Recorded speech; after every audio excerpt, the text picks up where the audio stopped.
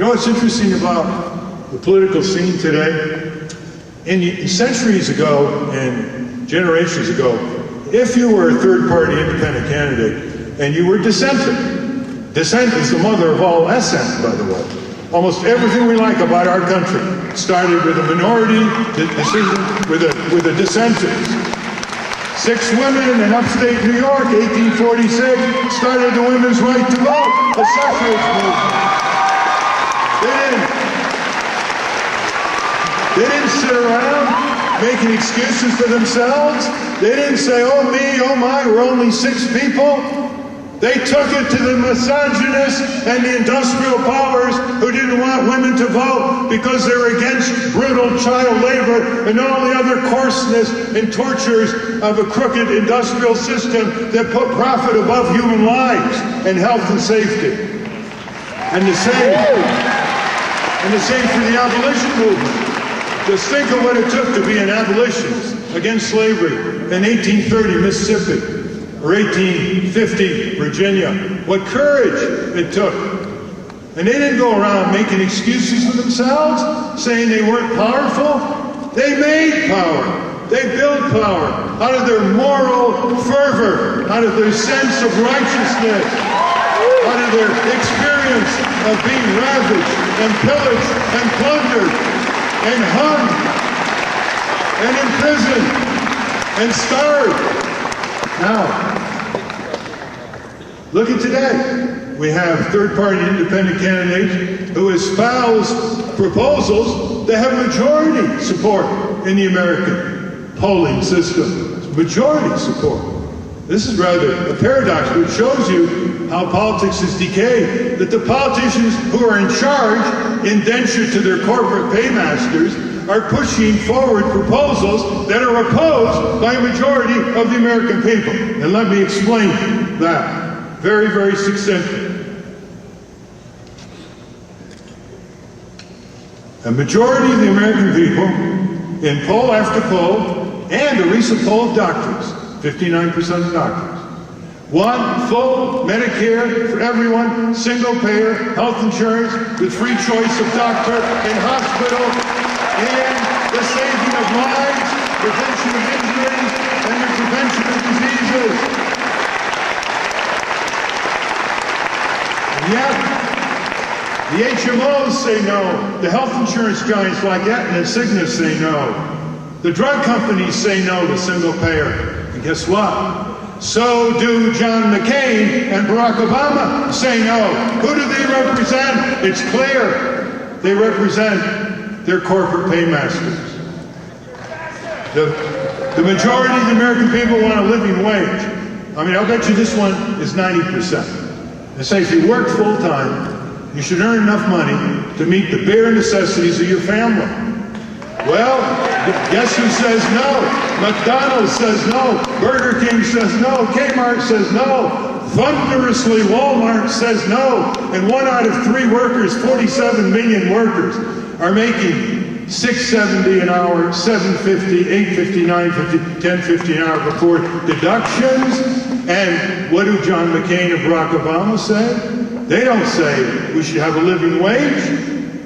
Who are they fronting for? Who are they kidding? Who are they trying to fool with their flattering of the people as they subservient themselves to the power of corporate lobbyists? You know the difference? People say, well, there are differences between Democrats and Republicans. I say, yeah, there are. The Democrats are better on Social Security. They don't want to send it to Wall Street, except for Joe Lieberman. The Democrats don't want to completely destroy Medicare, although they've gone along with more than they should in corporatizing Medicare. The Democrats are better on civil rights, gay lesbian rights. They're better on some civil liberties, not as much as their forebears would desire. But in the area of corporate domination of our government, of our media, of our elections, corporate domination of almost anything that moves in this country, from organized religion to universities, the commercialization of childhood itself, on all these areas, The principal difference between the Republican and Democratic parties are the velocity with which their knees hit the floor when corporations pound on their doors.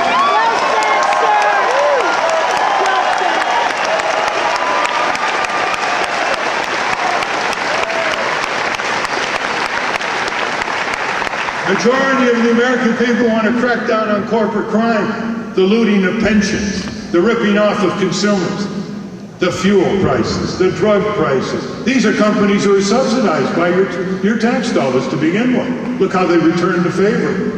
The credit gouging, the gouging of Sallie Mae and corporate student loan lenders. Well, there are so few prosecutors in the Justice Department, so few investigators, you would be shocked to know the figures. There are about 75 lawyers in the Justice Department in the environmental crimes area. 75 lawyers? They're up against corporate polluters who are taking lives and making people sick, who are represented by law firms who have 1,000 lawyers, 1,500 lawyers. It's a charade. We have no law and order for corporate crime, fraud, and abuse, even though the mass media reports it day after day, including the Wall Street Journal and Business Week. We have no law and order program by the Democrat and Republican parties. They don't even talk about corporate crime.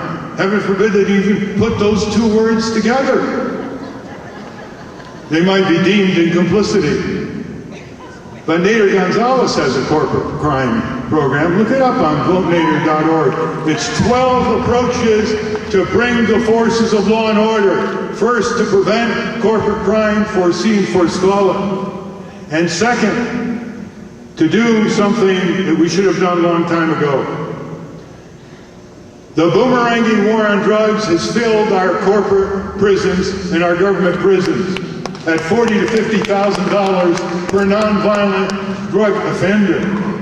Now, we don't send nicotine addicts to jail, and we don't send alcoholics to jail, and we shouldn't send people who are addicted by drugs to jail.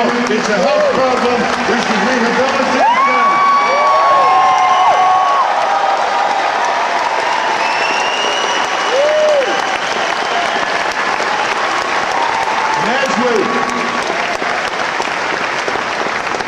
Nader Gonzalez presses for across-the-board amnesty for nonviolent drug offenders, emptying the cells of the prisons and filling them with convicted corporate criminals.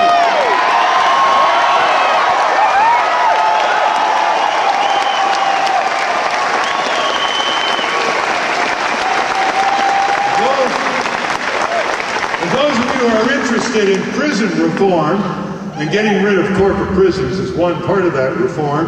Those who are interested in prison reform, you put a lot of corporate crooks in prison, you can't believe how fast the food improves, how fast prison conditions improve. They'll be talking rehabilitation of these corporate crooks, for sure. The majority of the American people would like to tax those things our society likes the least and dislikes the most before we tax worker income. We should tax security speculation on Wall Street. We should tax the addictive industry.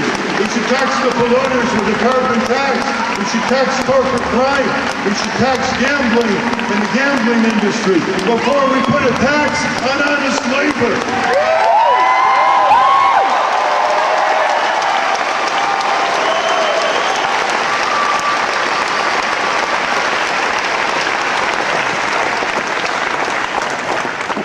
Do you realize I don't want to put a damper on your sense of defiance and resistance, but you are representative of the majority of the American people on these and many more issues.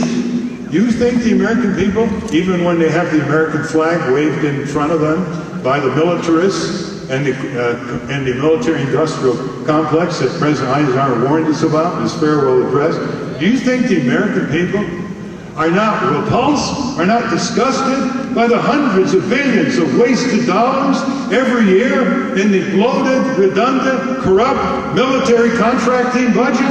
Of course they are. And they would like some of that money that hundreds of billions of dollars to go back into the revival and remodeling and upgrade of public works.